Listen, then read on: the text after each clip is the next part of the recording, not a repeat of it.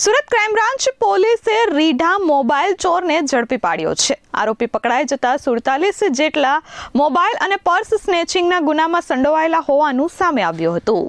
Surat crime branch પોલીસે 47 જેટલા mobile અને પર્સ સ્નેચિંગના ગુનામાં સંડોવાયેલા રીઢા આરોપીને ઝડપી પાડ્યો છે. પકડાયેલ આરોપીનો તલવાર સાથેનો એક વિડીયો પણ સોશિયલ મીડિયામાં વાયરલ થઈ ગયો હતો. સુરત ક્રાઇમ બ્રાન્ચ પોલીસે સુભાષનગર રિવરફ્રન્ટ ખાતેથી આરોપી સોએબ ઉર્ફે રઈશ લાલખાન પઠાણની ધરપકડ કરી છે. આરોપી બેસ્તાન આવાસનો રહેવાસી છે. આરોપી વિરુદ્ધ ભૂતકાળમાં 47 જેટલા પર્સ અને ચેઇન સ્નેચિંગના ગુનાઓ નોંધાયેલા હતા. હાલ આરોપી પાસે આ તલવાર ક્યાંથી આવી હતી તે દિશામાં પણ પોલીસે તપાસના ચક્રો ગતિમાન કર્યા છે.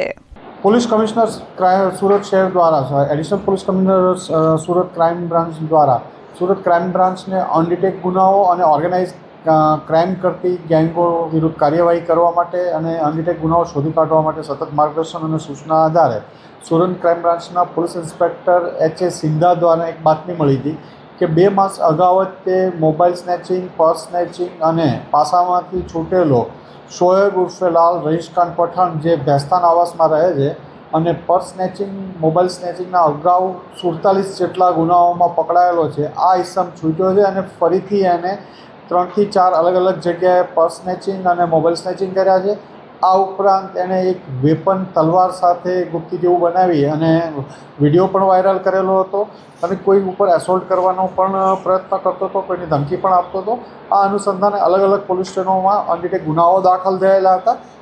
આ બાતમી આધારે ક્રાઇમ બ્રાન્ચની ટીમે એને સુભાષનગર રિવરફ્રન્ટ પાસેથી પકડી પાડ્યો અને એની પૂછપરછ દરમિયાન અલગ અલગ 6 થી વધુ ગુનાઓ શોધી કાઢવામાં ક્રાઇમ બ્રાન્ચની ટીમને સફળતા મળી છે.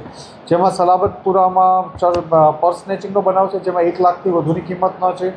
ઉપરાંત સરથાણામાં 4 તોલા સોનું, 2 મોબાઈલ એટલે કરીબન 5 થી 6 લાખ જેટલો મુદ્દામાલ છે.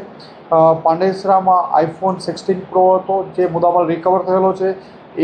આના ઉપરાંત ડિંડોલીમાં વિડીયો વાયરલ કરવા બાબતનો પણ એના વિરુદ્ધ ગુનો દાખલ થયેલો છે. મહિધરપુરામાં પણ એના વિરુદ્ધ 2 ગુના દાખલ થયેલા છે. આમ અંદાજે 50થી વધુ ગુનાઓમાંનો આરોપીને પકડી પાડવામાં ક્રાઇમ બ્રાન્ચની ટીમને સફળતા મળી છે અને હાલમાં એની પૂછપરછ ચાલુ છે. એને આજે અટક કરી અને કાલે એને કોર્ટમાં રજૂ કરવામાં આવશે. એને સુરત શહેરના લગભગ ઘણા બધા પોલીસ સ્ટેશનોમાં, અડધાથી વધુ પોલીસ સ્ટેશનોમાં પર્સ સ્નેચિંગ અને મોબાઈલ સ્નેચિંગ કરી છે. પણ મહિધરપુરા અને સલાબતપુરા આ વિસ્તાર એનો ખાસ ટાર્ગેટ રહેતો હતો. અત્યારે એની પાસેથી આપણને 2 ફોન મળી આવ્યા છે 80,000ના અને હજી એને પકડીને લાવ્યા છે. એની પૂછપરછ ચાલુ છે. એણે 6 ગુના કબૂલ્યા છે પ્રાથમિક તપાસમાં. Bureau report S24 news Surat.